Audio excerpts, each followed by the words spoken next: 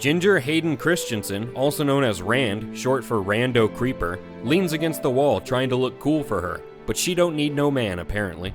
As she begins pouring out her emotions, Rand starts making out with her because it's nicer than telling her to shut up.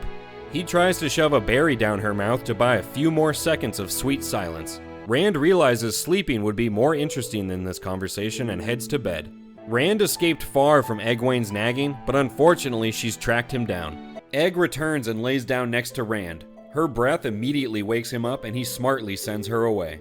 So Egg goes over to sit by the fire instead and makes Perrin give her his coat so she can have 3. Egwene is really emotional about something and just keeps nagging Rand, who lies to her to get her to stop. I could never hate you. The group learns that they're in some cursed city, and Rand sees some area where he can be further away from Egwene and seizes the opportunity. He finds a nice spot, but Egg shows up to ruin it 10 seconds later.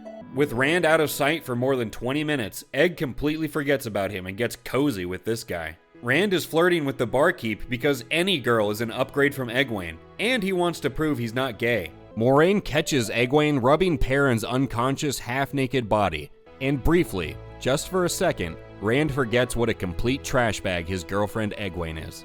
Egwene tries to reconnect with Rand, but he pretends to fall asleep, hoping she'll leave him alone. Egwene simply implies that she isn't the biggest fan of Matt, and Rand sees his opening, blowing it way out of proportion and using it as a pretense to finally break up. Rand gets better at archery as he imagines Egwene's face on the target.